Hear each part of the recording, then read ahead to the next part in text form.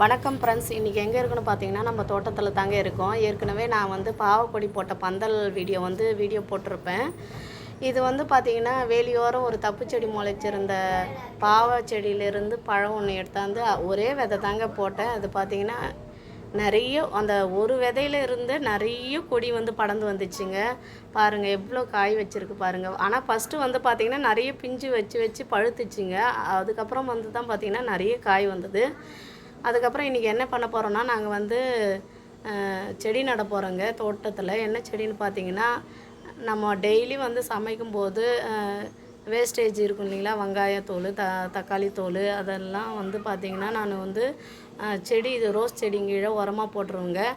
இந்த ரோஸ் செடிக்கு என்னென்ன போடுவோன்னு பார்த்தீங்கன்னா, முட்டைத்தோல் போடலாம். அதுக்கப்புறம் நம்ம டெய்லியுமே அறிகிற காய்கறி வேஸ்டேஜ் போடலாம்.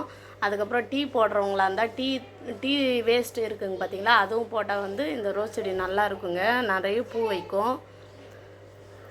இப்போ பாருங்கள், இங்கே முளைச்சிருக்கிற ஒவ்வொரு செடியும் நான் வந்து பிடிங்கி எடுத்துக்க போகிறேன்.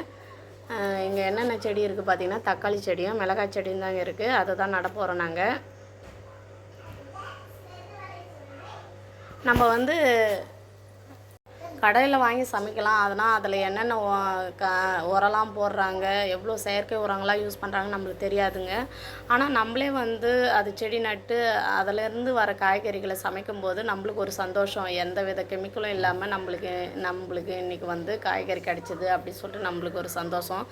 ஒவ்வொரு நாளும் பார்த்திங்கன்னா அது வந்து செடி எவ்வளோ வளர்ந்துருக்கு, பூ வச்சுருக்கா, பிஞ்சு வச்சுருக்கா, காய் வச்சுருக்கா, அதுக்கப்புறம் பழம் எப்போ பழுக்கும், அதில் எப்படி வந்து அறுவடை பண்ணலாம் அப்படின்னு சொல்லிட்டு நம்ம வந்து யோசிச்சுக்கினே இருப்போம்.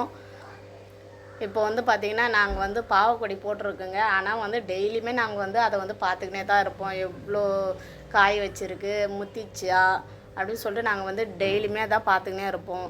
அந்தமாரி ஒரு இன்ட்ரெஸ்ட்டாக இருக்கும் நம்மளுக்கு வந்து நம்ம தோட்டத்தில் காய்கறி வச்சோன்னா. அவ்வளோதாங்க, பிடிங்க எடுத்துக்காச்சு. இந்த மணலை வந்து இது நல்லா தண்ணி விட்டு அதை வந்து ஊற வைக்கணுங்க. ஊற வச்ச பிறகு தான் வந்து நம்ம செடி நட முடியும். ஏன்னா காஞ்சி இருக்குது இல்லைங்களா, அதனால் வந்து அதில் வேர் இறங்காது. ஃபஸ்ட்டு தண்ணி விட்டு இந்த மாதிரி ஊற வச்சிடணும். ஊற வச்சிட்ட பிறகு நாங்கள் வந்து செடி நட போகிறோங்க.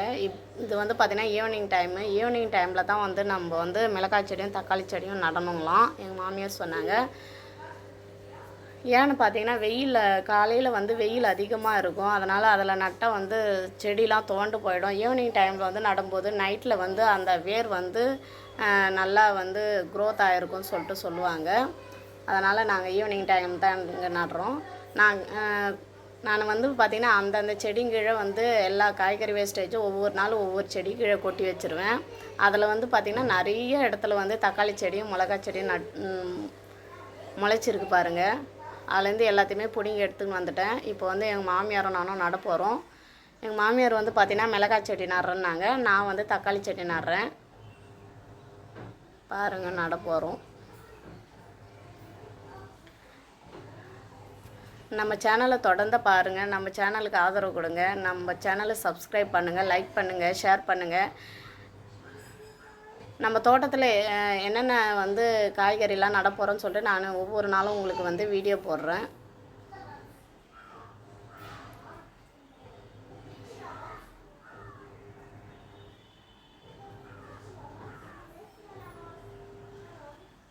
நீங்களும் உங்களுக்கு வந்து இடம் இருந்தால் இந்த மாதிரி தோட்டத்தில் வந்து நீங்களும் உங்களுக்கு வேண்டிய காய்கறிலாம் வந்து நட்டு வச்சுக்கோங்க.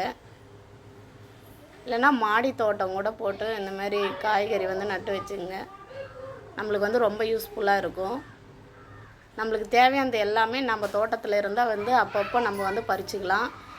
அதேமாரி நம்ம தோட்டத்தில் வந்து தென்னை மரம், அப்புறம் வாழை மரம் எல்லாம் வச்சுருக்கோங்க.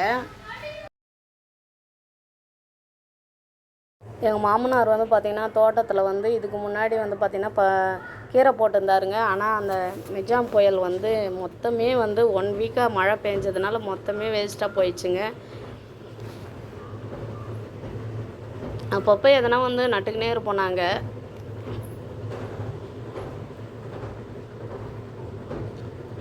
இதில் வந்து பார்த்திங்கன்னா தண்ணி விட்டோம், ஆனால் வந்து இறங்கலை. அதனால் நாங்கள் வந்து கடப்பாரை போட்டு தான் பள்ளம் நோண்டி அதுக்கப்புறம் நான் நட்டேங்க. ஏன்னா வேர் உள்ள வரைக்கும் போனோம் இல்லைங்களா, அதுக்காக நாங்கள் வந்து கடப்பாரை போட்டு ஆழம் நோண்டி தான் நட்டோம். அதுக்கப்புறம் நட்டு முடித்த உடனே பார்த்திங்கன்னா ஒரு வாட்டி வந்து தண்ணி பாய்ச்சி விட்டோம். செடி நடுறது பெருசு இல்லைங்க. செடி நட்ட உடனே நாய் கோழி சீக்காத மாரி நம்ம வந்து பார்த்துக்கணும். செடி வந்து பிடுங்கி போட்டுரும், அதெல்லாம் வராத மாரி நம்ம வந்து பாதுகாப்பாக அதை வந்து பார்த்துக்கணும். அதுக்கப்புறம் பார்த்திங்கன்னா செடிக்கு வந்து 2 வேளையும் தண்ணி விடணுங்க. ஏன்னா இது வெயில் காலன்றதுனால காலையிலையும் மாலையிலையும் நம்ம வந்து 2 வேளையும் தண்ணி விடணும். அப்போ தான் செடி வந்து வதங்காமல் இருக்கும். அதுக்கப்புறம் எவ்வளோ காய் வைக்குதுன்னு சொல்லிட்டு நம்ம வந்து டெய்லியுமே வந்து உங்களுக்கு நான் வீடியோவில் காட்டுறேன். தொடர்ந்து நம்ம தோட்டத்தில் என்னென்ன வந்து காய்கறி போடுறோன்னு சொல்லிட்டு உங்களுக்கு வந்து நான் வந்து வீடியோவில் காட்டுறேங்க. தொடர்ந்து நம்ம சேனலை வந்து சப்ஸ்கிரைப் பண்ணுங்கள், லைக் பண்ணுங்கள், நம்ம சேனலுக்கு ஆதரவு கொடுங்க. Okay friends, thank you.